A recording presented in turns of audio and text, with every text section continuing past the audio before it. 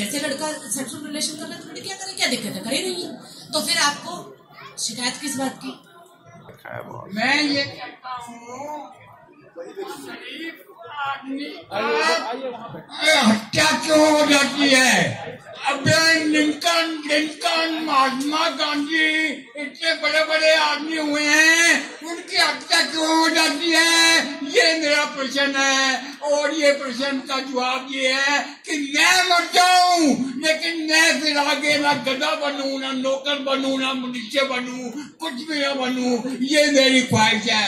एक तीर की दो लाइनें हैं, वो सुन लीजिए। ए मेरे वतन के लोगों, तुम खूब लगा लो नारा, ये शुभ दिन है हम सबका, लहरा लो तिरंगा प्यार। बहुत सुंदर, बहुत सुंदर। आप सब लोग तालियों से हमारे बीच। हेलो, नमस्कार प्रोफेसर साहब, मेरा सवाल आपके लिए है। आपने मनुस्मृति पे बोला और बताया, मैं चाहता हूँ कि क्या आपने मनुस्मृति में वो मंत्र जिससे जातिवाद बना, उसका बता सकते हो आप? मैंने कहा कि ये समाज में धारणा क्या है कि मनुस्मृति में जो विवादित है उसका अर्थ हम नहीं समझ रहे, इसलिए विवाद खड़ा है। यदि उसका अर्थ वास्तविकता समझे तो विवाद खत्म हो सकता है जी। जैसा मनुस्मृति का जो मंत्र है जातिवाद का, चतुर्वर्ण व्यवस्था का, उसे भी आज किसी ने नहीं समझा। आपने मनुस्मृति के बोला, इसलिए मुझे आपसे ये चाहता है, मैं वो चाहता हूँ कि उस मंत्र का विश्लेषण करें। आपने कहा, मैंने ये कहा कि अभी एंकर हमारे आशीष जी ने प्रश्न किया मनुस्मृति के विषय में। मैंने कहा अगर किसी भी साहित्य में, केवल मनुस्मृति में नहीं, अगर किसी भी साहित्य में हमारे अगर जाति व्यवस्था का अगर कहीं वर्णन है, उसके कारण समाज में वैमनस्य पैदा होता है, हम उसको अस्वीकार करते हैं। मैंने मनुस्मृति की बात नहीं, किसी भी साहित्य के विषय में अगर उसमें सही अर्थ है हम उसको स्वीकार करेंगे, अगर स्वार्थ, अगर वो सही अर्थ नहीं है उसको अस्वीकार करेंगे। प्रक्रिया है ना, बेसिकली इसको देखने की जरूरत है। जो मनोविज्ञान काम करता है जातियों के अंदर ही, वो जातियों के अंदर जो मनोविज्ञान काम करता है वो जाति का तो है ही, एक महिला होने के नाते भी अलग तरह का मनोविज्ञान काम करता है। हमारे हरियाणा में, मैं हरियाणा से आती हूँ बेसिकली, हमारे हरियाणा में एक कहावत है कि गरीब की बेटी सबकी भाभी, और मैंने तो गरीब शब्द प्रयोग किया जानबूझ के, क्योंकि मैं उस भाषा का इस्तेमाल अपनी जुबान से कम नहीं करना चाहती। आप इससे अंदाजा लगा लीजिए कि अगर इस तरीके के शब्दावली एक प्रोफेसर के मुंह से रात को वो भी बार बार फोन करके मांग रहा है तो कहाँ तक होगा ये, मतलब समझ सकते हैं। मैं बस इतना कहना चाह रही हूँ कि ठोस सच्चाई है ये। मैं तो अपने आप को, हालांकि मैं कभी जाति के रूप में जब बात करती हूँ तो क्योंकि बाबा साहब भीमराव अम्बेडकर हमारे आदर्श हैं, उन्होंने हमेशा एक छाता दिया हमें दलित के नाम से, जिसमें सारी जातियों का समावेश है। इसलिए हम कभी, मैं कम से कम व्यक्तिगत रूप से इस तरीके से कभी नहीं आती।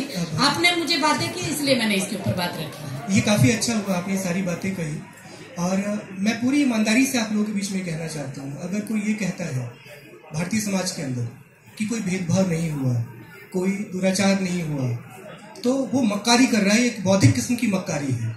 और कौशल जी, मैं आपको विश्वास दिलाता हूँ, आपके आइडियल आमिर खान ना हो, लेकिन आप इस देश की सैकड़ों लड़कियों की आइडियल है, ये मैं पूरे विश्वास के साथ आपको कहना चाहता हूँ। Thank you so much. हमारे साथ फुलवारिया जी हैं। अब मैं अगला सवाल फुलवारिया जी से पूछना चाहूंगा। आप सब लोगों के बीच में ये बात कहना चाहता हूँ कि आप लोग इस बात को ध्यान में रखें कि मनुस्मृति कोई किताब, मनु ने कोई किताब नहीं लिखी थी, वो सूत्र वाक्य थे, उसको इकट्ठा किया भृगु ने ये किताब लिखी। ये बहुत सारे कम्युनिस्टों को नहीं पता। तो इस परिप्रेक्ष्य में राजकुमार जी, आज जो मनु की जैसी व्याख्या की जाती है, और वो शायद इसकी की जाती है बाबा साहब के कंधे पे बंदूक रख के ये किया जाता है, जबकि बाबा साहब कभी नहीं कहते थे दिमाग बंद करके सोचा करें। और आज बाबा साहब रहते तो वो इस बात के लिए सहमति देके कि आओ मेरे साथ तर्क करो, वो तर्क के लिए कभी मना नहीं करते थे। मैं गलत तो नहीं कह रहा हूँ? आशीष जी, ये तथ्य है, आपने मनुस्मृति पर एक प्रश्न खड़ा किया है। निश्चित तौर पे बाबा साहब के अगर हम अध्ययन करें, ये भी ऐतिहासिक तथ्य है कि 1927 में बाबा साहब ने मनुस्मृति के कुछ पन्नों को जलाया। मेरा ये भी मानना है कि हम किसी भी समाज के साहित्य में जहां जाति व्यवस्था, उत्पीड़न, महिलाओं के बारे में हम उसको अस्वीकार करते हैं, उसका घोर निंदा भी करते हैं। अगर किसी ने कहा भी होगा, और मेरा ये कहना है कि मनुस्मृति को मुझे लगता है कि इस देश के अंदर जो इस भारतीय दृष्टि पर विरोध विचार रखने वाले, उन्होंने मनुस्मृति को जिंदा रखा। भारतीय समाज ने तो मनुस्मृति को कभी से विस्मृत कर दिया है। आज यहाँ इस सभागार में बैठने वाले किसी भी व्यक्ति ने मनुस्मृति का फ्रंट पेज भी नहीं देखा होगा। पढ़ना तो बहुत दूर की बात है। मुझे लगता है विरोधियों ने इसको जिंदा रखा है, उसको जिंदा करने की आवश्यकता नहीं है। और मुझे ये मानना चाहिए कि इस देश के अंदर जो प्राचीन, तो बड़ा अच्छा लगा कि आज ये विषय का भारतीय दृष्टि, एक्चुअली वास्तव में ये चिंतन जो आज मंथन हो रहा है, ये वास्तव में ठीक दिशा में हो रहा है। और इसी मंथन से मुझे लगता है अमृत निकलेगा, क्योंकि अब तक इस देश में लगभग 200 साल से जो चिंतन चल रहा था, मंथन चल रहा था, अध्ययन चल रहा था, वो भारतीय दृष्टि से नहीं चल रहा था, वो पश्चिम की दृष्टि से चल रहा था। इसलिए उस मंथन से केवल विष निकलता था और विश्व के कारण विषमता रहती थी। लेकिन मुझे लगता है कि भारतीय दृष्टि के आधार पर अब चिंतन और अध्ययन और मंथन प्रारंभ हुआ है, तो मुझे लगता है कि अमृत निकलेगा। और इस भारतीय दृष्टि की जब बात करते हैं तो मेरा ये मानना है कि भारतीय दृष्टि को समझने के लिए भारतीय, इसको कोई भी नाम दे सकते हैं। आज बड़े पत्रकार यहाँ समूह बैठे हैं, लेखक मंच बैठे, उन्होंने भारतीय दर्शन कहा होगा, भारतीय दृष्टि कहा होगा। इसको भारतीय दृष्टि कहे, हिंदू दृष्टि कहे, सनातन दृष्टि कहे, प्राचीन दृष्टि कहे, कुछ भी कहे, लेकिन हम इसे आज भारतीय दृष्टि की बात करते हैं। मुझे लगता है भारतीय दृष्टि के अनुसार इस भारत को समझने की आवश्यकता है। पिछले 200 सालों में हमने केवल पश्चिम के चश्मे को भारत को देखने का प्रयास किया है। और मेरा मानना है, हम अगर भारतीय दृष्टि से इस भारत को समझेंगे तो हम भारत को, असली भारत को खोज पाएंगे। नहीं तो हम भारत को नहीं खोज पाएंगे, केवल इंडिया और इंडिया को ही ढूंढते रह पाएंगे। इंडिया और भारत अलग दिशा में है। और मेरा यह भी मानना है, जब अभी इन्होंने भी कहा भारतीय दर्शन क्या है, भारतीय दृष्टि क्या है, भारतीय चिंतन क्या है, तो भारतीय चिंतन आज से 5000 साल पहले, जैसे कभी उन्होंने क्वेश्चन जी ने कहा, सर्वे भवन्तु सुखिना सर्वे सन्तु निरामय, ये भारतीय दर्शन है। एकम सत विप्रा बहुधा वदन्ति, सत्य एक है, उसके प्रकटीकरण के अलग अलग विषय हो सकते हैं। इससे बड़ी विचार अभिव्यक्ति कहाँ होगी? ऋग्वेद में इसका जिक्र है, इससे बड़ी विचार अभिव्यक्ति कहाँ हो सकती है? परोपकारम पुण्य पापानाम परपीड़नाम, परोपकार से बड़ा कोई पुण्य नहीं है। और परपीड़ना यानी अर्थात किसी को पीड़ा पहुंचाना, चाहे मानसिक हो शारीरिक हो, इससे बड़ा कोई पाप नहीं है। ये हमारे वेदों में वर्णित है। मुझे लगता है कि इस भारतीय दर्शन को और भारतीय चिंतन को, और दूसरा मेरा कहना, इससे बड़ी क्या बात हो सकती है? आज से 5000 साल पहले कहते हैं, अपी में सुन में लंका ना में लक्ष्मण रोचते जननी जन्म भूमिष्य सर्वगति करियसी, यानी इस देश की भूमि मुझे स्वर्ग से भी प्यारी है। जब राम लंका को जीतते हैं, लक्ष्मण कहते हैं कि हम इसलिए यही रहते हैं, तो उन्होंने कहा नहीं, लक्ष्मण ना मैं लक्ष्मण रोचते अपी मैं सुन में लंका। तो मेरा ये मानना है कि भारतीय दर्शन है, भारतीय चिंतन है। इन 2 सालों में केवल और केवल हमने भारतीय दर्शन के उन पहलू को उठाने का प्रयास किया जो भारतीय दर्शन में कहीं छुपे। तो मुझे लगता है कि आने वाले समय में इस भारतीय दृष्टि से भारत को समझने की आवश्यकता है। राजकुमार जी, मेरा एक सवाल है आपसे कि आज का जो विषय है हमारा भारतीय दृष्टि और हास्य का समाज, तो क्या आप ये मानते हैं कि कोई समाज हाशिए पर है? और अगर आप मानते हैं कि ये समाज हाशिए पर है, तो उसको मुख्य धारा में लाने की क्या व्यवस्था हो सकती है? आशीष जी, मैं इस बात से सहमत नहीं हूं। पहले तो आपका ये टाइटल में मुझे थोड़ा सा मैं देख रहा था, हाशिए का समाज, अर्थात आप एक समाज को कैटेगराइज कर रहे हैं कि एक ऐसा समाज है जो हाशिए पर है। ये स्थायी व्यवस्था नहीं है। आप उस वर्ग को एक कैटेगराइज कर रहे हैं। समाज हाशिए पर जा सकता है, यानी कि ये हो सकता है भारतीय दृष्टि और हाशिए पर समाज। हाशिए का समाज नहीं हो सकता है, कभी हो ही नहीं सकता है। आज जिस दलित समाज की आप बात कर रहे हैं, जिस वंचित समाज की बात कर रहे हैं, जिस बहुजन समाज की बात कर रहे हैं, उन बहुजन समाज की एक एक जाति का इतिहास तो उठा के देखें। मेरे साथ संजय पासवान जी बैठे हैं। संजय पासवान जी बिहार के अनुसूचित जाति वर्ग से आते हैं, लेकिन इनका इतिहास जानते क्या है? सुहेल, महाराजा सुहेल जो वहां के राजा थे, सुहेल महाराज जी पासवान जी जो राजा थे, उनकी अपनी सेना थी, लड़ाकू थे, मुगलों से संघर्ष करते रहे। उनका आज भी उत्तर प्रदेश में उनकी समाधि है। ये क्षत्रिय वंश थे। इनका आप वैसे तो संजय पासवान जी का टेढ़ देखने से भी आप बता सकते हैं कि ये कोई दलित समाज के नहीं है, ये क्षत्रिय वंश की है। इनका जो डीएनए है वो लड़ाकू है, मुगलों से लड़ते हुए उनका ये डीएनए रहा है। तो मेरा ये मानना है कि इस दलित समाज का पासी समाज भी इस देश का लड़ाकू कौम रही है। भाई इस देश का कोई भी दलित समाज उठा के देखिए, वो क्षत्रिय और ब्राह्मण क्षत्रिय समाज से रहे हैं, क्षत्रिय समाज से निकले हैं। संघर्ष हो गए, लगभग 1500 साल का 2000 साल का एक पीरियड ऐसा आया जो इस देश का क्षत्रिय समाज अपने विधर्मियों से लड़ते हुए, चाहे हूण हो, चाहे शक हो, चाहे मुगल हो, चाहे मंगोल हो, उनसे लड़ते लड़ते हो सकता है वो समाज से कट गए होंगे, समाज से पिछड़ गए होंगे, वो वनवासी बन गए होंगे, लेकिन वास्तव में अभी कहता है कि किसी भी रेस को जानने के लिए उसका नेजल इंडेक्स होता है।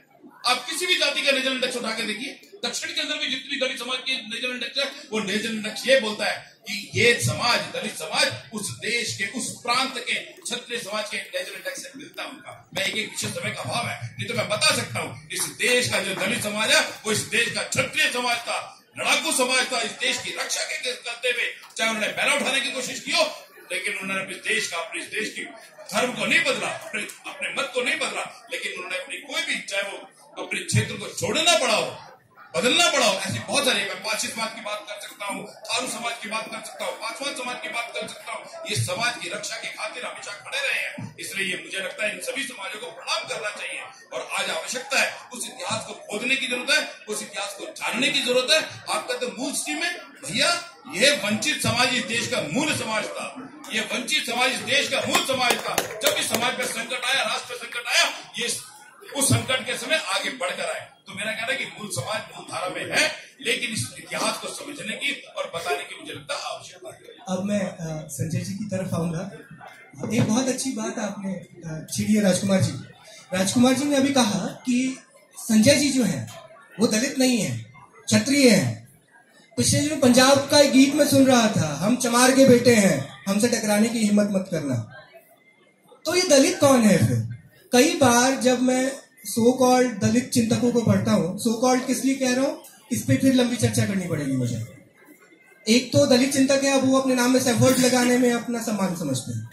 खैर, तो मैं ये जानना चाहता हूँ, हमारे यहाँ वर्ण और जो जाति है दोनों को कई बार एक जैसा बताने की कोशिश हुई है। क्या ये दोनों चीजें एक हैं? और जो दलित है, अगर संजय पासवान दलित नहीं है, क्षत्रिय है, तो फिर ये दलित कौन है? हेलो, बहुत आभार है आपका कि आपने मौका दिया लोगों से मिलने जुलने का। यहाँ पे वैरायटी के उत्तर की दर्शक को श्रोता है। देखिए, ये एक दलित शब्द का एक अपनी यात्रा है। जैसे आपने लिखा है कि एक शब्दों की अपनी यात्रा होती है। और पहले आप देखें, गौर करेंगे कि वैदिक काल में एक शब्द है, जो शब्द आता है चांडाल। तो चांडाल शब्द वैदिक काल का है। शब्द शुद्र है, ये धार्मिक वर्ड है। फिर शब्द जो है शेड्यूल कास्ट, ये कॉन्स्टिट्यूशनल वर्ड है। ये हरिजन शब्द है, वो भी धार्मिक शब्द है। दलित शब्द एक पॉलिटिकल वर्ड है। गौर करेंगे कि इस शब्द पे एक एसर्शन है, इस शब्द पे एक अपने आप को लगता है कि साहब एक मेरा उद्धार है या हमारी बातें करने का हमको हक मिला हुआ है। इसलिए शब्दों की अपनी यात्रा होती है। और जैसे कि शूद्र शब्द, चंडाल शब्द सब खत्म हो गए यात्रा करके अपना, उसी तरह से हरिजन शब्द अपनी यात्रा करके खत्म हो गए। अभी शब्दों का दौर में दलित शब्द भी अब अपने खात्मे के दौर पर है, क्योंकि जो संवैधानिकता है वो अनुसूचित जाति शब्द का है। ये सब चल पड़ा है। रही बात की हाशिए पे, पेरिफेरी पे कुछ समाज रहा है, और यही समाज फिर उस जो पेरिफेरी पे समाज रहे हैं उसको फिर कैसे आगे बढ़ाया जाए, ये प्रयास भी होता रहा है। ये ठीक कहा राजकुमार जी ने, कौशल जी ने, कि जो कुछ तत्व तो बाहर से आए, और मैं मानता हूँ पश्चिम से नहीं आया, उत्तर से भी लोग आए। ये उत्तर से भी लोग आए और पश्चिम से भी लोग आए। ये उत्तर पश्चिम के लोगों ने जो समाज में यहाँ पर आकर के एक रूल करने की जो तकनीक होता है, एक तकनीक होता है, एक तिक्रम होता है, तो तिक्रम अपनाया उन लोगों ने। तो उस तिक्रम के कारण जो कुछ भ्रांतियां इस समाज में फैली, वो अभी तक चलती रही है। और निश्चित तौर से केवल इस बात के लिए हम विदेशी को ब्लेम कर दें और कुछ हम क्लेम न करें, वो भी ठीक नहीं कि सब कुछ बाहर के लोग आए करके चले गए और हम सब यहाँ के लोग पाक साफ, ये भी नहीं। हम ये मानते हैं कि कुछ न कुछ गलतियां, कुछ जो बाहर के लोग आए, कुछ यहाँ अगर दे गए, कुछ बीज बोके गए, तो कुछ हम लोग के लोग उसको सींचते रहे। इसलिए ये उसको सिंचन बंद करने का प्रयास लगातार यहाँ के समाज ने किया है। भारतीय समाज ने किया है, हिंदू समाज ने किया है, और सरकारें जो आती रही वो भी करती रही। इसमें मानता हूं कि ये अब शब्दों का जो अपनी यात्रा है, दलित शब्द अपने अंतिम दौर में चल रहा है।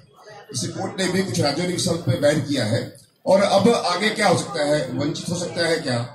अनुसूचित जाति तो है ही, संविधानिक वर्ड दिया हुआ है, तो कुछ वर्ड अपनी बिल्कुल कहें कि उनकी लीला खत्म होने वाली है, कुछ नए शब्द। इसलिए आज इस शब्दों के दौर में मैं आप लोग से भी आग्रह करूंगा, क्या हम दलित शब्द से कुछ अच्छा शब्द का इजाद कर सकते हैं क्या?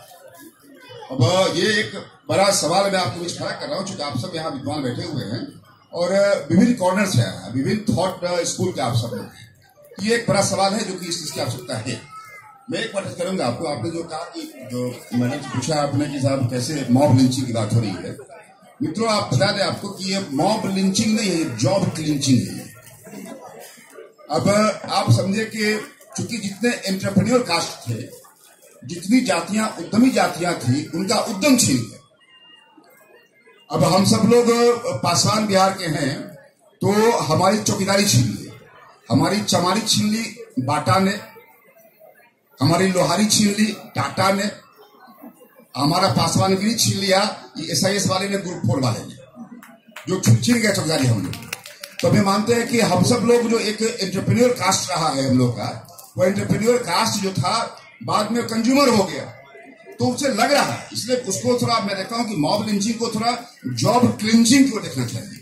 ये बेरोजगारी का अभाव रहा है, अब गौ अर्थ का आधार रहा है और गौ को मारने वाले लोग रहे हैं इस ढंग से, तो ये लगता होगा, इसलिए हो सकता है उसमें कुछ भटके हुए लोग भी हैं उसमें, कुछ कोई बात कोई शक इसमें नहीं है, लेकिन कहीं ना कहीं वो जॉब का जो इनसिक्योरिटी है, जो जॉब का अभाव है, वह गौ जिससे अर्थ आधारित था, जिसमें रोजगार आधारित था, वह छीन रहा था। इसलिए मैं मानता हूं कि मैडम ने जवाब दिया, तो उसमें मैंने कुछ ऐड कर दिया कि मामला कुछ जॉब क्लिंचिंग का भी है। इससे जुड़ता हुआ तो बिल्कुल उससे देखना पड़ेगा हम लोग। इससे एक जुड़ता हुआ सवाल है, मैं आमतौर पर देखता हूं कि पाकिस्तान के तमाम हमलों के बावजूद हम अमन की आशा का दीपक लेके जाते हैं, और मुझे इसमें कोई बुराई भी नहीं लगती। अगर कोई आपके लिए गलत है तो आप उसके लिए बुरा क्यों सोचें।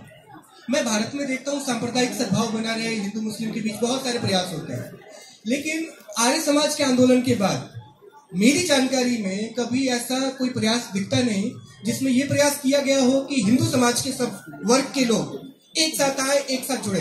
हाँ, ये प्रयास उत्तर प्रदेश में लगातार मेरे पास जानकारी आ रही है कि वहां लगातार से छोटे छोटे जातियों के आंदोलन चल रहे हैं, अलग अलग जातियों को भड़काने के लिए लोग प्रयास में लगे हुए हैं। दिल्ली में कुर्मी समाज का एक बड़ा कार्यक्रम अभी कुछ दिन पहले ही तालकटोरा में हुआ है। कल की बात बता रहा हूँ, कल मेरे कम से कम 4 OBC दोस्त यहाँ दिल्ली आए थे, लगभग 70 लोगों को फ्लाइट से दिल्ली बुलाया गया है। ये अलग अलग जिलों के बड़े नेता हैं OBC के। तो एक तरफ तो एक समाज को आप तोड़ने के तमाम तरह के प्रयास चल रहे हैं, दूसरी तरफ 2 वर्गों को जोड़ने की बात हो रही है, मतलब अपना घर टूटे और 2 घर जुड़े। ये कैसे पॉसिबल होगा संजय जी? देखिए, एक चीज स्वीकारना होगा हम लोग को मित्रों, इस देश में जाति यथार्थ है, जातिवाद व्यर्थ है, फिर भी हिंदू समर्थ है। अब इस परिप्रेक्ष्य में मानता हूं इन सब चीजों को कि ये अगर सोचेंगे देखेंगे आप, और जो कोई कहता है कि मैं जात पात नहीं मानता हूं, तो मैं थोड़ा उन पर शक करता हूं। ये जाति यथार्थ है, सही मानेंगे। Caste is a reality, casteism is brutality, still Hinduism is full of charities. ये बात है, इस दृष्टिकोण से अगर देखेंगे हम सब लोग, तो इस जाति के यथार्थता को देखते हो। आप कल ही आप देखा कि साहब सवर्णों को भी, मतलब सामान्य वर्ग के लोग आरक्षण मिलना चाहिए। अभी तक जो आरक्षण के लाभार्थी थे, हम सब लोग प्रयास करते थे कि साहब भीड़ भाड़ में रहे अगर, तो लोग न समझे कि साहब मैं आरक्षण का लाभार्थी हूं, लोग न समझे। लेकिन अब बड़ा कल से मुझे खुशी हो रही है कि अब सब समाज कहेगा कि आरक्षण में मी टू, मतलब मैं भी हूं, मी टू। ये एक बड़ी बात है। इसलिए मुझे लगता है कि साहब कल से मैं बड़ा सुकून अनुभव कर रहा हूं कि साहब हमको आरक्षण का केवल मैं ही लाभार्थी हूं, ये लेकर एक बड़ी बात है। आरक्षित तू भी जाति इस देश में यथार्थ है। जाति से कैसे इंगेज होना, जाति से कैसे जाति पे हमले करके, और मैं उस बात से बिल्कुल असहमत हूं डॉक्टर अम्बेडकर की उस भावना से कि उन्होंने कहा कि एनिहिलेशन ऑफ कास्ट, मैं इस पक्ष का नहीं। जाति का आइसोलेशन हो सकता है, जाति से हम लोग अमलगमेट कर सकते हैं, जातियों का मर्जर हो सकता है, लेकिन जाति का एनिहिलेशन हो, ये मित्रों संभव नहीं है। जितना हमने हमले किए उसने, मुझे लगता है जाति पे एक अभी तक स्टडी, क्रिटिकल स्टडी हुआ है, कंस्ट्रक्टिव स्टडी नहीं हुआ। जोड़ने की बात पर इसलिए मैं कहता हूँ जाति एक माध्यम है जोड़ने का, और आज भी निश्चित तौर से जाति बहुत बड़ा कनेक्ट पैदा करता है। Caste is still biggest connecting factor, no doubt. जाति, धर्म, भाषा, क्षेत्र, ये चारों कनेक्टिंग फैक्टर है। अब अलग बात है कि आज वोकेशंस हो गया है, ऑक्यूपेशंस हो गया है, प्रोफेशंस हो गया है, ये अलग बात है। लेकिन ये हम मानते हैं हम सब लोग उस ढंग से, इसीलिए जो कल का निर्णय वर्तमान की सरकार ने किया है, मैं उनको सैल्यूट करता हूं उस बात के लिए। इसको उन्होंने स्वीकारा है और इसको कैसे इसकी जो मोडेलिटी है अब तौर करें हम सब। लेकिन अच्छी बात ये भी हो गई है कि अब आर्थिक आधार पर आरक्षण के रास्ते भी खुल गए हैं कल के बाद से, और आज राज्यसभा पास उसको होना ही है या हो गया होगा आज। इसलिए मुझे लगता है कि कुल मिलाकर के आरक्षण का आधार अब आर्थिक भी होगा, धार्मिक भी होगा, ये रास्ते खुल गए हैं। इसीलिए आरक्षण एज ए टूल अभी भी एक सक्सेसफुल टूल है, ये स्वीकार किया लोगों ने है, तो हम सब प्रसन्न हैं। उससे बेरोजगारी से लड़ना है हम लोग, गरीबी से लड़ना हम लोग को है, हिंसा से लड़ना हम लोग को है, सांप्रदायिकता से लड़ना हम लोग को है। लेकिन आरक्षण भी एक टूल है, आरक्षण एक स्ट्रॉन्ग टूल है। क्या आप ये कह रहे हैं कि सवर्णों को आरक्षण मिलने के बाद हिंदू समाज आरक्षण से जुड़ेगा? नहीं, मैं नहीं मानता हूं। मैं मानता हूं कि जो सोशल टेंशन था, जो सोशल कॉन्फ्लिक्ट था, वह कम होगा, खत्म नहीं होगा, कम होगा। ये समाज की अच्छी बात है कि सामाजिक जो तनाव था उसमें बहुत हद तक कम होगा। हम उसको कैसे आगे ले चलते हैं और कैसे उसे और कम किया सकता है, ये रास्ते तलाशेंगे हम सब। अब एक सवाल और उसके बाद मैं आप लोगों के बीच में आऊंगा सवाल के लिए। मैं संजय जी, बहुत गंभीर सा सवाल है, और दलितों को लेकर बहुत इन्वेस्टमेंट हुआ इस देश में, और ये बहुत कमाल की बात है कि इसमें रुचि उन लोगों की थी जिनका दलितों से बहुत लेना देना नहीं था। एक यहाँ दलित फ्रीडम नेटवर्क का नाम आप लोगों ने सुना है, नहीं सुना होगा तो सुनना चाहिए। अब ये बंद हो गया है। इसको कोलोराडो से डॉक्टर जोसेफ डिसूजा चलाया करते थे, और ये राष्ट्रवादी मंच है यूएस का, और राष्ट्रवाद का विरोध करने वाले तमाम दलित चिंतक जो खुद को दलित चिंतक कहते थे, वो इनके पैसे से, डॉक्टर डिसूजा के पैसे से दलित फ्रीडम नेटवर्क के मंच पर बोलने के लिए यूएस जाते थे। जिसमें सबसे ज्यादा ट्रैवल किसी ने किया है तो उनका नाम है कांचा इलैया। कांचा इलैया ने इतना ट्रैवल किया इनके पैसे से यूएस का कि बाद में अब अपने नाम में सैफर्ट लगाने लगे। तो ये जो इतना सारा इन्वेस्टमेंट हुआ यहाँ पर, और बहुत कमाल की बात है कि ये सब कुछ यहाँ उन्होंने चर्च के नेटवर्क के साथ, दलित मूवमेंट के साथ जुड़े हुए लोगों को जोड़ा, दलित मूवमेंट चलाने वाले लोगों को बहुत पैसा दिया काम करने के लिए। तो ये चर्च का इतना इंटरेस्ट क्यों होता है दलितों के बीच में काम करने में? देखिए, बता दें आपसे, जितने इन्वेडर्स इंडिया में आए उसमें सबसे खतरनाक ब्रिटिशर्स थे, ये मानते हैं आज भी। मतलब मुसलमान से भी खतरनाक, मैं मानता हूँ कि जो इस्लामिक है उससे भी ज्यादा खतरनाक। तो समाज में जितना डिफरेंसेस दिखाया जाता है और उनका आज भी चल रहा है, इसलिए वह कहे कि साहब आइडियोलॉजिकली कहें, रिलीजियसली कहें, बैप्टाइजेशंस कहें, कन्वर्सन्स कहें, उसमें किया उन लोगों ने बहुत बड़ा अभी किया। वो तो मैं मानता हूँ आपने ठीक कहा कि जो आर्य समाज वाले ने किया बड़ा, लेकिन आर्य समाज ही नहीं, मैं मानता हूँ कि राष्ट्रीय स्वयंसेवक संघ, गायत्री परिवार, रामकृष्ण मिशन, इस्कॉन, तमाम जो संस्थाएं ऐसे काम कर रही है, उन कारणों से भी धर्मांतरण में रोक लगा और हिंदू समाज एक हुआ है। और मैं बिल्कुल इस बात का आज भी इवेंट टुडे एक बहुत बड़ी राशि जो है इस देश को डीस्टेबलाइज करने के लिए, हिंदू धर्म को कैसे कमजोर किया जाए, ये प्रयास चल रहा है। और जो नाम आपने लिया, मैं उसका नाम नहीं लूंगा, जो नाम लिया आपने है वह बिल्कुल ही उस लाइन पे काम कर रहे हैं। लेकिन हम मानते हैं कि अब जब इस देश में भारत चिंतन होना शुरू हुआ है तो उसके डर से भी और उसके प्रभाव से, मैं मानता हूं कि उसका प्रभाव भी है, दबाव भी है कि ऐसे लोग कुछ हम लोग के साथ मिलकर हमारी बोली बोलने लगे हैं। इसलिए मुझे लगता है कि जो इस सरकार का रहना आवश्यक इसलिए भी है, तो निश्चित तौर से जो भारतीय तत्व है भारत का, उसको अगर जीवंत रखना अगर है और भारत का विकास भारत के अंदाज में अगर होना है, ये सरकार का होना अति आवश्यक है। और इसीलिए जो डिस्टेबलाइज करने वाली ताकतें हैं, वो ताकतें चाहे उत्तर से आ रही हो, मैं बार बार उत्तर कह रहा हूं, उत्तर से आ रही ताकत हो या पश्चिम ताकत हो, इन दोनों को काउंटर करने के लिए हम हिंदू समाज, हम भारतीय समाज एक होकर रहेंगे तो कोई ताकत हमारा कुछ नहीं बिगाड़ सकता है। ये आज की आवश्यकता है हम लोग के लिए। इसलिए आप सबसे आग्रह है मित्रों कि जो ताकत बाहर की है, जो हमारे आपके बीच में भेद डालना चाह रहा है, उससे हमें जूझना होगा। और भारतीय तत्व में इतनी दम है, हम सब लोग उद्यमी रहे हैं, लेकिन वो जो समाज है वो उपभोक्ता मान रहा है। एक से आइडिया आ रहा है, एक से कूट सा रहा है। इसलिए हम उद्यमी समाज को उपभोक्ता बनाने में दुनिया की बाजार लगी हुई है, हमें इससे बचना भी होगा। इसलिए आइए हम सब केवल पॉलिटिकल गुलामी से मुक्त नहीं, हम सब आर्थिक गुलामी से भी और वैचारिक गुलामी से भी मुक्त अगर होना है तो भारतीय तत्व को पहचानना होगा हम लोग को, और हमको भारत के रास्ते पे चलना होगा। संजय जी, अभी मैं एक बात जोड़ना चाहूंगा संजय जी की बात में, कि आमतौर पे जब हम विचार करते हैं तो हम पिछले 40-50 साल या 60 साल की अपनी शिक्षा में इस तरह से कुछ चीजें हमारे गुणसूत्रों में जुड़ गई है कि हम जब भी धर्म सोच रहे होते हैं तो बरक्स रिलीजन को रख लेते हैं, बरक्स मजहब को रख लेते हैं। इसका परिणाम ये होता है कि जब हम कन्वर्जन की बात कर रहे होते हैं तो हम वहां धर्मांतरण शब्द का इस्तेमाल कर देते हैं, जबकि वो धर्मांतरण नहीं है। क्योंकि जिस व्यवस्था में हम सब लोग जीने वाले लोग हैं, जिस हिंदू समाज की बात मैं कर रहा हूँ, वहां तो ये कॉन्सेप्ट ही नहीं है किसी को बाहर से अंदर की तरफ आना। मैं गलत तो नहीं कह रहा हूँ संजय जी? अब इसके बाद एक टिप्पणी मैं कौशल जी से लूंगा और फिर आप सब लोग जिन्हें सवाल पूछना है वो तैयारी रखें अपने सवाल की। मैं आधा मिनट और लेना चाहूँ, बिल्कुल माफी के साथ। बिल्कुल कौशल जी, कीजिए। बेसिकली दलित शब्द पे मैं थोड़ा सा बात करना चाह रही हूँ।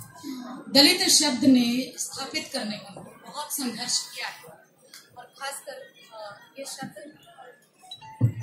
ये शब्द जो यूनिवर्सिटीज तक पहुंचा और पूरे साहित्य को जो दर्द था हाशिए के समाज का, जो आपका हमारा विषय भी है, उस हाशिए के समाज को स्पेस दलित साहित्य की वजह से मिला।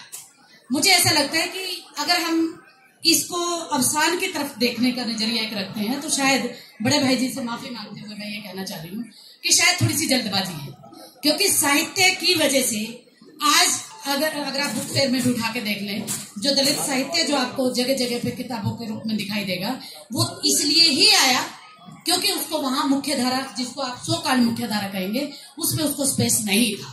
मुझे ऐसा लगता है कि एक साहित्य को जब हम ये बात करते हैं कि भारतीय समाज टुकड़े टुकड़े ना हो, बिखरे ना, तो दलित शब्द ने तो जोड़ा है उसको।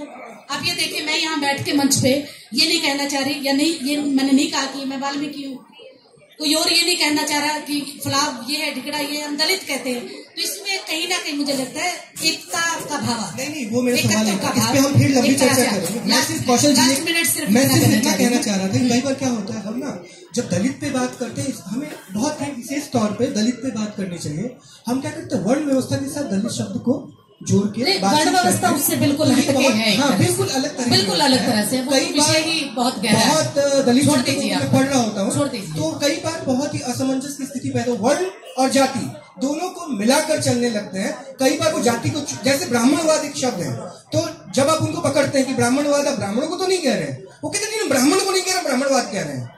फिर वो क्या करते हैं, ब्राह्मणवाद के चोले में वो किसी खास वर्ग को टारगेट कर रहे हैं। ऐसे ही क्या जाति और वर्ण को मिलाकर वो खास तौर से वर्ण को टारगेट करते हैं और दलित शब्द का इस्तेमाल करते हैं। दूसरी बात अपने सवाल के लिए कि कहीं ना कहीं अस्मिता का सवाल भी है, जो आपने पंजाब का एक तरह से उदाहरण लिया था कि चमार शब्द का प्रयोग किया जा रहा है। तो एक जो सदियों से जो ये पूरा दलित समाज जो हाशिए पर धकेला गया, वो कहीं ना कहीं अस्मिता के रूप में झलकता है। मेरा ऐसा मानना है कि कहीं ना कहीं शायद वो है, और अगर हम इनको ना थोड़ा सा नजरअंदाज करेंगे तो मुझे लगता है हमारी एकता ज्यादा बनेगी। बिल्कुल, मैं इस बात से सहमत हूँ, और मुझे लगता है कौशल जी की इतनी अच्छी बात के लिए आप लोगों को तालियों से स्वागत करना चाहिए। इतनी अच्छी बात कौशल जी ने जाति वर्ण में कहेंगे, वर्ण है जो ट्रांसफरेबल है, जाति ट्रांसफरेबल नहीं है। वर्ण है जिसका वर्ण किया है, वर्ण का वर्ण होता है, इसलिए मैं मानता हूँ कि मेरा जो अपना मानना है, वर्ण से बना है, जो वर्णीय है, इसीलिए उसको हम लोग कहते हैं कि वो वर्ण। अब हम लोग प्रोफेसर है, तो प्रोफेसर के नाते ब्राह्मण है, पॉलिटिशियन है, पॉलिटिशियन के नाते क्षत्रिय हम लोग हैं। इस ख्याल से मैं मानता हूँ कि जो हमारा वर्ण है, वर्ण का चेंज हो गया है। इसीलिए मैं मानता हूँ कि निश्चित तौर से जो आज लोग सेवा प्रदाता है, सर्विस प्रोवाइडर्स हैं, वो सब शुद्ध समाज के हैं, शुद्ध वर्ण के हैं। इसलिए मित्रों ये सब चीजें हैं, लेकिन मुझे लगता है कि अब कंटेम्पोररी समाज में ये सब चीजें टूट रही है। आइए हम सब मिलकर कैसे इसको और ब्रेक डिसॉल्व करें। समाज को बनाना अगर है, इन तमाम संकीर्णताओं को तोड़ना होगा, उससे आगे निकलना होगा, अपनी आइडेंटिटी बनानी होगी। जिस दलित का आइडेंटिटी अगर है तो हिंदू से बड़ी आइडेंटिटी है, हिंदू से बड़ी आइडेंटिटी भारत का आइडेंटिटी है, तो उससे विश्व मानव का आइडेंटिटी है। तो ये कि आइडेंटिटी जो है फ्रॉम लोअर टू अपर की ओर एक लगातार बढ़ता हुआ प्रक्रिया है। इसलिए हम पहले जाति में थे, वर्ण में आए, वर्ण से फिर दलित में आए, दलित से एक बड़ा समूह हिंदू में आए, और हिंदू से फिर बड़ा समूह बसरा कुटुंबकम है। इस तरफ हम लोग बढ़े, ऐसा प्रयास हम करना चाहिए। अभी संजय जी की बात में मैं एक छोटी सी बात जोड़ना चाहता हूँ कि 2-4 दिन पहले मेरी किसी से बात हो रही थी। उन्होंने कहा पूजा पाठ कराने वाले जो लोग आते हैं अपने घर के आयोजन में हम सबसे छोटी रकम उनको देते हैं, और कायदे से देखिए तो वो एक कमीशन, ये थोड़ा सा अन्यथा कोई नहीं लेगा अगर उस समाज से कोई आता हो तो वो कमीशन एजेंट के तौर पे काम करते हैं। वो जब पूजा कराते हैं वो 25 लोगों को रोजगार दे रहे होते हैं। कोई बांस का काम करता है, कोई धूप का काम करता है, उस सबसे 2 रुपए 4 रुपए जोड़ लेंगे तो उनको जो हम देते हैं वो निकल के आता है। और जहां तक इन्होंने कहा कि मैं ब्राह्मण होता हूं, मैं कई बार बाबा साहब को पंडित बाबा साहब अम्बेडकर बोलता हूं। अब किसी को आज की बातचीत में कोई सवाल पूछना है तो मैं आप लोगों की तरफ देख रहा हूं। अगर आपके बीच से कोई सवाल है तो प्लीज आप पूछेंगे। कनिष्क आप माइक लीजिए।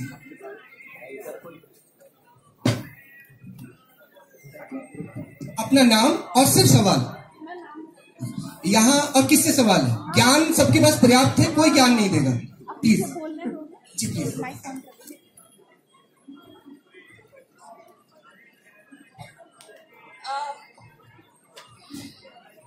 मेरी हिंदी उतना ठीक नहीं है बट फिर भी ट्राई करूँ।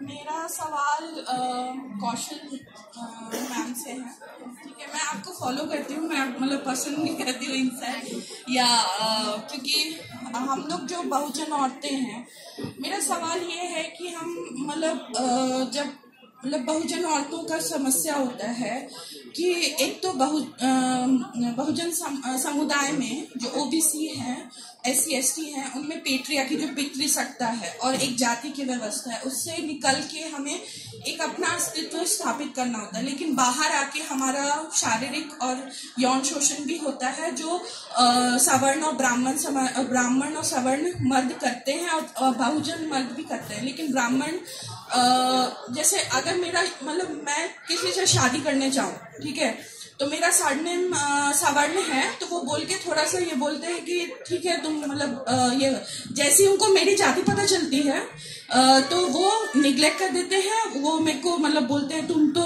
मतलब नीचे कास्ट की हो, तो तुमसे मैं शादी नहीं करूंगा। तो ये टाइप का डिलेमा हम जैसे मतलब हम बहुजन औरतों को रहता है। और ठीक है, सवाल आ गया आपका। देखिए, जब प्रेम करें तो शादी ही क्यों हो, जरूरी नहीं है कि वो प्रेम शादी वाला ही हो।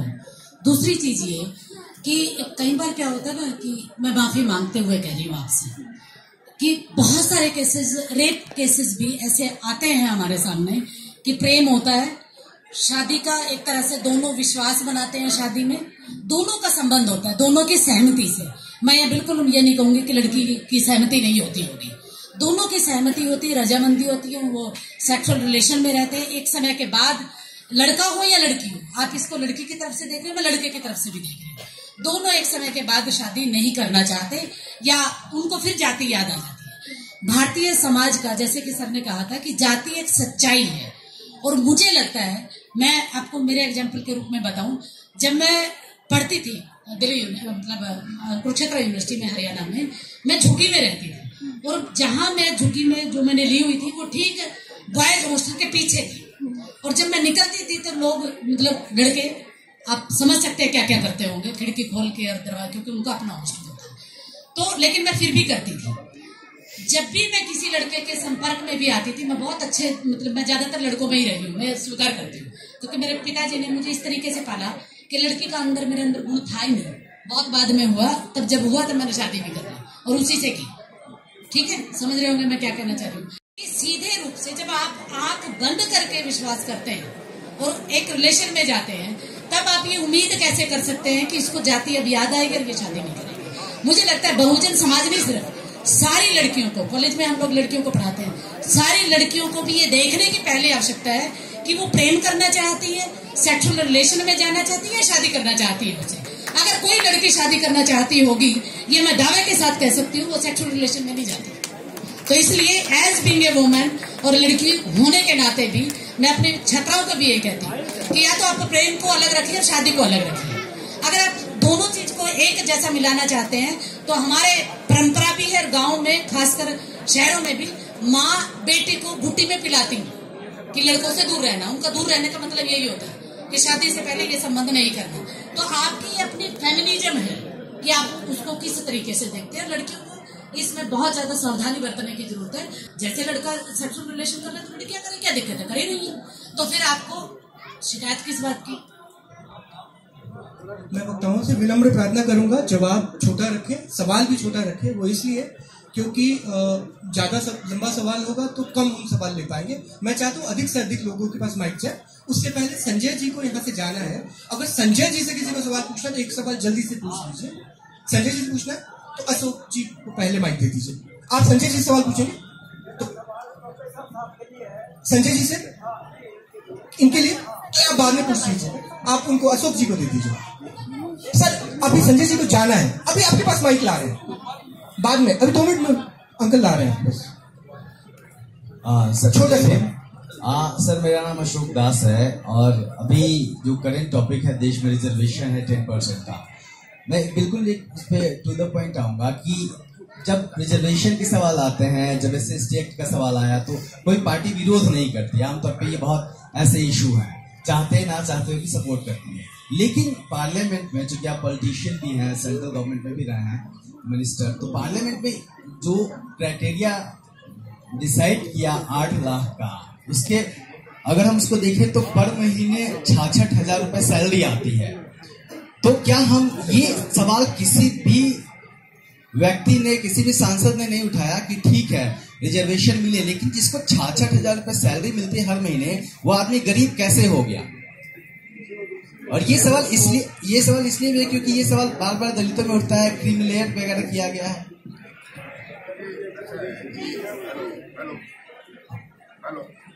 ये 8 लाख का मामला आया, क्योंकि क्रीमी लेयर ओबीसी में 8 लाख का ही मामला बनता है। ये कहीं ना कहीं उसकी एक होमोजेनिटी होनी चाहिए कि क्या किसको आप डिक्लेयर करेंगे, कौन सा नॉन क्रीमी लेयर है, कौन गरीबी का है, इसलिए वो तय किया गया है। और मुझे लगता है कि देखिए 8 लाख क्रीमी लेयर वाले में भी ऐसा नहीं कि लोग नहीं मिलते हैं, उसमें भी मारामारी। इसलिए मुझे लगता है कि उस 8 लाख वाले में भी ऐसे बहुत सारे लोग रहेंगे। किसी के लिए ऐसा कि लोग जहाँ डेफिसिट में वहां ना बात होती है, यहाँ ऑलरेडी बहुत सारे लोग मारामारी में रहेंगे उस 8 लाख वाले में। एक क्राइटेरिया जो कि ऑलरेडी है इस देश में एग्जिस्ट कर रहा है ओबीसी के लिए, इसे क्राइटेरिया सवर्णों की गरीबी या ओपन कैटेगरी गरीबी में भी लगाया गया है। मुझे लगता है ये एक तर्क है जिस तर्क को खरा उतरता है। आगे बहुत सारे हैं, फिर अभी रेगुलेशंस बनना बचा हुआ है, उसके रूल्स बनेंगे अलग से, तो और कुछ बातें इसमें ऐड किया सकती है। लेकिन ये मुझे लगता है उसी तर्क के अनुसार ही तय किया गया है और उस पर पूरे पार्लियामेंट में सहमति थी, कुछ लोगों को छोड़ देंगे।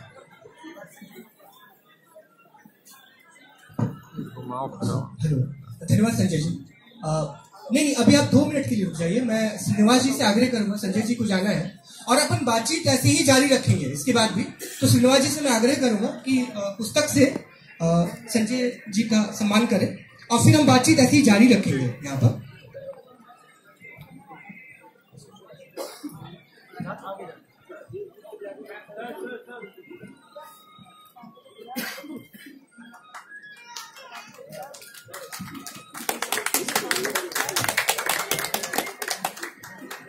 माफी मांगते हुए मेरा ट्रेन है भैया, पटना राजधानी 5 बजे। धन्यवाद संजय जी का। तालियों से आप लोग, संजय जी जा रहे हैं हमारे बीच से।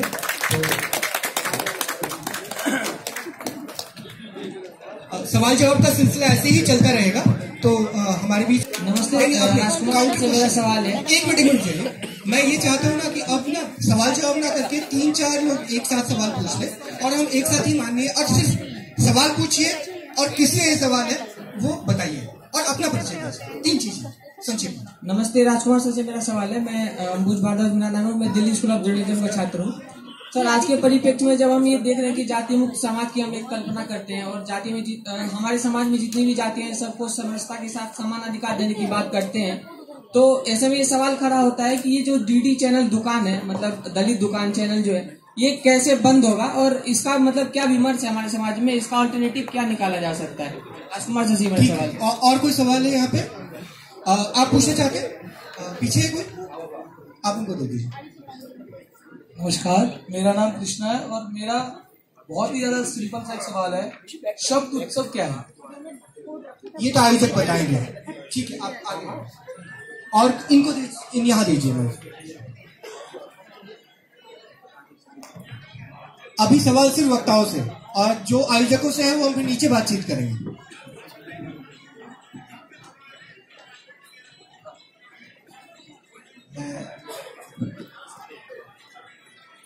मुख्य संपादक युग दर्पण। ऐसा है कि जिस प्रकार विभिन्न मंत्रालय बांटे जाते हैं, उसके बांटने का उद्देश्य होता है कि कार्य का किस किस को किस प्रकार का कार्य करना है, उस प्रकार का कार्य का विभाजन। लेकिन कार्य के विभाजन को हम जब दूसरे दिशा में ले जाते हैं तो तभी टकराव उत्पन्न होता है। मनुस्मृति या जो भी व्यवस्था रही, उसका मुख्य उद्देश्य था सवाल संक्षेप में सवाल कार्य का विभाजन जी। और उस कार्य के विभाजन को विगत में जानबूझ करके टकराव के रूप में प्रस्तुत करके समाज के अंदर यह स्थिति पैदा की गई जी। और इस स्थिति को सुधारने के लिए हम सामंजस्य और ये सारी चीज किस प्रकार से कर सकते हैं, उस पर प्रकाश डाला। पीछे प्रभात जी है, प्रभात जी को प्रभात जी आप सबसे अच्छा जातिवाद में, जाति पाति में अच्छा क्यों नहीं कर पा रहा है? बस सवाल एक सवाल और लास्ट, और आप लोग निजी तौर पे फिर बातचीत कर सकते हैं। कौशल जी और राजकुमार जी अपने बीच में हैं। छोटा सवाल पूछ लीजिए, दोनों जी। किससे है? मेरा नाम मनोज कुमार है, राजकुमार जी से।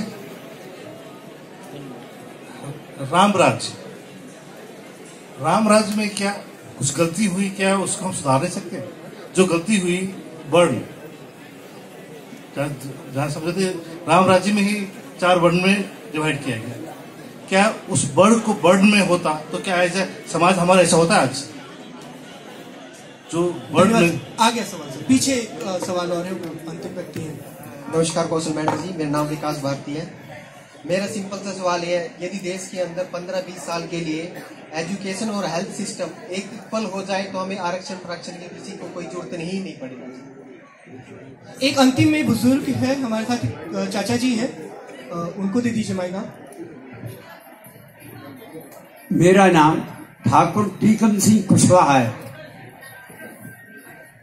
मेरा प्रश्न है कि महात्मा गांधी दलित बस्ती में रहते थे, किस लिए रहते थे, किस उद्देश्य के लिए रहते थे, क्या वो पूरा हो पाया? बस। पहले राजकुमार जी आप देंगे जवाब, या पहले कौशल जी दे दें? कौशल जी जवाब दे दें तो फिर हम सर का सवाल लेंगे। एक राउंड और लेंगे इसमें। आप मतलब पूरा करिए। मैं हमारे जो बुजुर्ग हैं उन्होंने सवाल जो पूछा कि महात्मा गांधी दलित बस्ती में रहते थे, पंचकुइया रोड में, और सिर्फ दलित ही नहीं, वो वाल्मीकि बस्ती है, साफ साफ बोल दीजिए। और आपको याद होगा कि उनकी एक बकरी भी थी। अगर आपको ये याद है तो ये भी जरूर पता होगा, उनकी एक बकरी थी, वो बकरी का दूध पीते थे। बस्ती में रहते जरूर थे, खाते पीते नहीं थे। उनका उसको जो भी खाना पीना आता था तो वो बोल देते थे कि बकरी को खिला दीजिए, और वो जो बकरी दूध पीती थी वो पी लेते थे। तो जो जिसकी धारणा ही ऐसी हो या जिनकी मानसिकता ही यहाँ से शुरू हुई हो, तो उसमें कितना परिवर्तन आएगा ये मुझे बताने की जरूरत नहीं है। और हम सब जानते हैं कि जो हरिजन वाला कंसेप्ट था, मैं उनके योगदान को भारत में आजादी के योगदान से लेकर राष्ट्र निर्माण तक महात्मा गांधी के ऊपर सवाल नहीं उठा रही। मेरी इतनी मतलब हम लोग तो बहुत छोटे हैं हमसे, उनका योगदान रहा है, बिल्कुल रहा है, मैं उसको नकार नहीं रही। लेकिन कुछ चीजों में जो विश्लेषण तो सबका होता है। आज हम बाबा साहब भीमराव अम्बेडकर का भी बैठ के विश्लेषण कर ही रहे हैं ना, और विश्लेषण किया भी जाना चाहिए। व्यक्तियों का तो विश्लेषण होगा ही ना, मतलब जिसने जो कहा, आज मैं यहाँ बैठ के बोल रही हूँ तो जाहिर सी बात है मुझसे भी सवाल पूछा ही जाएगा ना कि आपने बताइए किस प्रोफेसर का जिक्र किया था, और अभी हो जाएगा थोड़ी सी देर में, मैं जानती हूँ। मैं तो यही मुझे चिंता हो रही है बल्कि क्या जवाब देना है। क्या मैं बस ये कहना चाह रही हूँ कि अगर वाकई में सुधारात्मक एक बाबा साहब भीमराव अम्बेडकर का उनके साथ मतभेद क्या था? इसी वजह से तो था क्योंकि बाबा साहब भीमराव अम्बेडकर इस व्यवस्था में अमूलचूल परिवर्तन चाहते थे और जो गांधी जी थे वो चाहते थे कि उसमें सुधारात्मक तरीका हो। तो कितना दोनों का सफल हो पाया वो तो हम आज तक भी नहीं कह सकते कि दोनों का ही सफल हुआ है। आप गांधी की बात कर रहे हैं, मैं तो बाबा साहब भीमराव अम्बेडकर की भी बात कर रही हूँ। दूसरा सवाल वर्ण व्यवस्था राम राज्य के किसी ने पूछा था। देखिए, पहली बात तो आपको मैं करेक्ट कर दूं, वर्ण व्यवस्था का कंसेप्ट राम राज्य में कभी नहीं आया, उससे बहुत पहले आ चुका था। ऋग्वेद का एकदम मंत्र है, ब्राह्मणस्य मुखमाशीत बाहुराजन्य कृत्य मदम तदस्य यदवश्य पदभ्राम शूद्रो अजायत। उससे पहले अथर्ववेद में भी आ चुका है, ब्राह्मणस्य मुखमाशीत बाहुराजन्य अभवत मध्यम उरु तदस्य यदवश्य पदभ्राम शूद्रो अजायत। उसके बाद ऋग्वेद में ही आ चुका है क्षत्रियात्वम करके पूरा का पूरा एक मंत्र है, बहुत बड़ा मंत्र है, वो मुझे याद भी नहीं है अभी। तो ये एक प्रक्रिया है। क्यों नहीं आया सवाल यहाँ है। राम राज्य को हम एक आदर्श समाज की तरफ एक तरह से लेते हैं। देखिए, साहित्य में और इतिहास में बहुत सारी गलतियां हुई है और हम इस मंच में हमने सबने स्वीकार किया है तीनों ने, और उस गलतियों का आगे क्या सोल्यूशन हो। हम लोग प्रॉब्लम ओरिएंटेड नहीं ना, हम तो सोल्यूशन ओरिएंटेड है। हम चाहते हैं कि राम राज्य की जो खामियां उसको दुरुस्त भी तो किया जाना चाहिए। मनुस्मृति का अभी जो सर ने जो सवाल उठाया था, आपका भी मैं साथ ही साथ जवाब दे रही हूँ। ये तो साहित्य हुआ हो या इतिहास रहा हो, इतिहास और साहित्य लिखा किसके द्वारा गया? वो जो शासित रहा या फिर जो शोषित जो वर्ग जिसके ऊपर उसने राज्य स्थापित किया, उसने तो कभी साहित्य नहीं लिखा। मुगलों का साहित्य जो लिखा गया, क्या मुगलों ने लिखा है? नहीं लिखा। उनके जो राग दरबारी थे उन्होंने लिखा है। जाहिर सी बात है, जब वो साहित्य लिखेंगे तो राजा के खिलाफ कैसे जाके लिखेंगे। ठीक उसी तरह राम राज्य के साथ जो लिखा गया हमारा रामायण का ग्रंथ है, वो मतभेद भी है कि वो किसने लिखा, वाल्मीकि रामायण कौन थे जो रचयिता थे उसके। बस मैं इतना ही कहना चाहती हूँ कि देखिए, ये तो ठोस है कि साहित्य के अनुसार पूरी तरह से समाज चलता हो, मैं नहीं मानती। साहित्य के अनुसार समाज नहीं चलता पूरी तरह से, क्योंकि हर एक समय की स्थिति, काल, परिप्रेक्ष्य, बहुत सारे संदर्भ होते हैं जब हम जीते हैं। कोई जरूरी नहीं। आप ये देखिए, मनुस्मृति में एक श्लोक आता है साफ, जिस राजा के राज्य में शूद्र के अनुसार काम होता है। आप नोट भी कर सकते हैं, मनुस्मृति के दूसरे अध्याय का 167 श्लोक है। उसमें वो साफ साफ कहता है कि जिस राजा के राज्य में जो राजा शूद्र के अनुसार काम कर रहा हो, उस राज्य का पतन निश्चित है। अब आप ये बता, और फिर कहता है कि जिस राजा के राज्य में जहाँ का राजा शूद्र हो, तो यहाँ दो स्थितियां में साफ साफ दिखाई देती है। इसका मतलब शूद्र राजा भी हुए हैं, और ये भी है कि एक तरह से कहीं ना कहीं कट्टरपन भी यहाँ दिखाई दे रहा है। तो मुझे लगता है कि हम लोग साहित्य के ऊपर थोप देते हैं कि समाज उसी के अनुसार चलता है। ये तो रोमिला थापर जो जानी मानी इतिहासकार है, उसने भी माना है कि साहित्य समाज पूरा का पूरा कभी चला हो, आज भी चल रहा है। जो कहाँ चल पा रहा है। हम जो पूजा पाठ हम करते हैं उसमें हम कुछ और सुन के आते हैं। इवन जब हम किसी की डेथ हो जाती है, हम करते हैं ना कि कुछ नहीं है जीवन में, निसार है, थोड़ी सी देर के बाद सब कुछ खत्म हो जाएगा। चाहे हम 2 मिनट बैठे वहां, हर एक आदमी मुझे लगता है एक बार जरूर सोचता है, उसके तुरंत बाहर निकलते वो वही करता है, जबकि उसको भी पता है कि रहना सब कुछ यहीं पे है, कुछ नहीं लेके जाना। तो जब आप शास्त्रों को छोड़ दो, अपनी खुद की जो हम दिन रात देखते हैं समाज में, उसके अनुसार नहीं चलते, शास्त्र के अनुसार कहाँ चलेगा समाज। तीसरी चीज, एक सर ने जो कहा था, प्रभात जी ने शायद, हम और आप, हम और मैं, ये प्रॉब्लम है।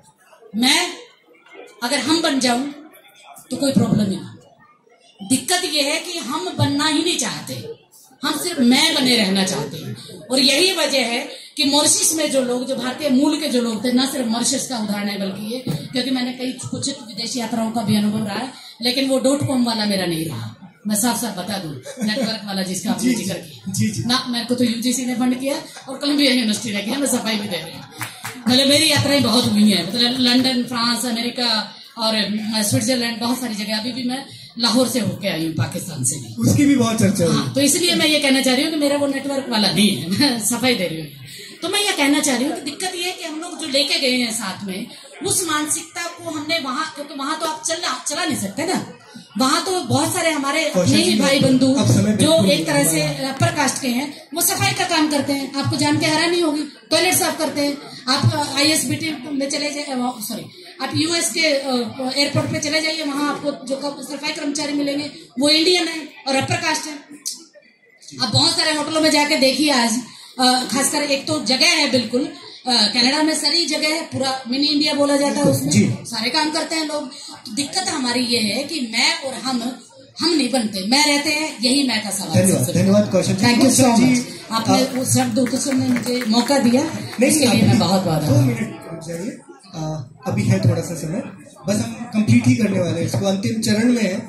लेकिन कौशल जी की बातचीत से मुझे एक बात जो समझ में आई कि साहित्य की अपनी दिशा है और समाज अपनी दिशा में चलता है, ये बात इस पूरी बातचीत से निकल के आया। मैं सिर्फ एक बार कनिष्का से आग्रह करूंगा कि हमारे बीच, क्योंकि हाशिए के समाज पर हम बात कर रहे हैं, तो मेरी कोशिश है कि आज कोई व्यक्ति जो हाथ उठ रहा है जिसका, वो अपनी बात कह दे इस मंच से, क्योंकि इस मंच पे नहीं कह पाएगा तो किस मंच पे कहेगा।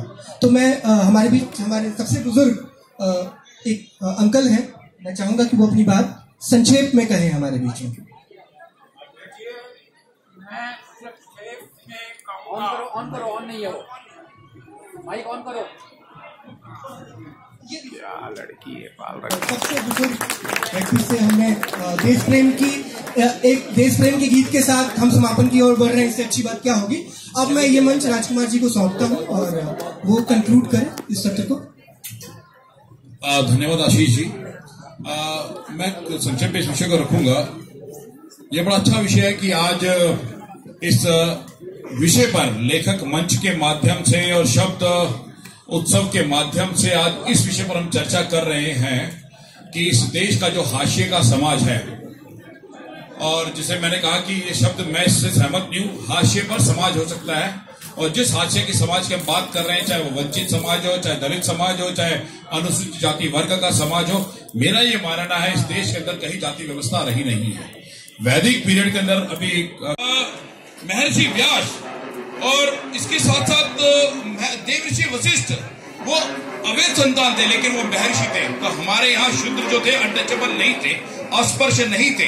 लेकिन कालांतर में चाहे वो मुगल आक्रमण हो, मंगोल आक्रमण हो, उस आक्रमण के दौरान ये जो हमारा, जिसको बाबा साहब ने चतुर्वर्ण नहीं कहा, उनको कहा पंचम वर्ण, जो अनटचेबल थे।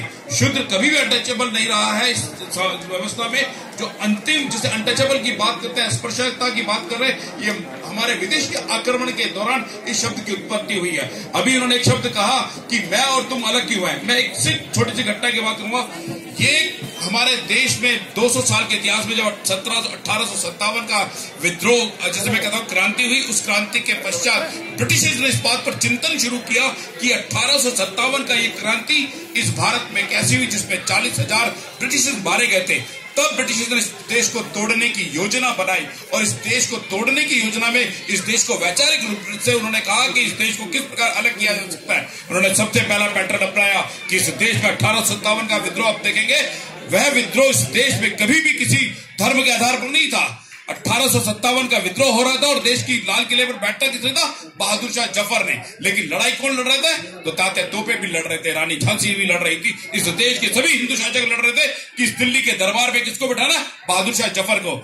मैं इस बात को इसलिए इंगित कर रहा हूं, 1857 के बाद जब ब्रिटिश ने इस पर चिंतन प्रारंभ किया तो उन्होंने कहा इस देश को किस प्रकार तोड़ा जा सकता है। उसके लिए 5 थ्योरीज का निर्माण किया, 5 सिद्धांतों का निर्माण किया। एक, इस देश को धर्म के आधार पर तोड़ने की आवश्यकता है, इस देश को जाति के आधार पर तोड़ने की आवश्यकता है, इस देश को उत्तर और दक्षिण के आधार पर अलग करने की आवश्यकता है, इसलिए इस देश को आर्यंस और नॉन आर्यंस के आधार पर तोड़ने की आवश्यकता है, इस देश को अब ये कहेंगे द्रविड़ और नॉन द्रविड़ करने पर आवश्यकता है। ऐसे 5 सिद्धांतों के आधार पर इस देश को तोड़ने का प्रयास किया। इसका पहला उदाहरण 1909 के अधिनियम में पहली बार इस देश के मुस्लिम समाज को आरक्षण देने की बात कही, ताकि इस देश के अंदर 1909 और 1919 में मिला गया उनको जो सुविधाएं थी, वो 1947 में जाकर 1905 में जाकर मुस्लिम लीग की स्थापना हुई। ये कहीं ना कहीं मुझे लगता है तोड़े, इस प्रकार जाति के आधार पर तोड़ने के प्रयास किया गया। ये बहुत लंबा विषय है, लेकिन संक्षेप में इस देश में इस भारतीय दृष्टि से चिंतन करने की आवश्यकता है, जहां पर मैं इस बात को भी स्वीकार करता हूं, यहां उत्पीड़न हुआ है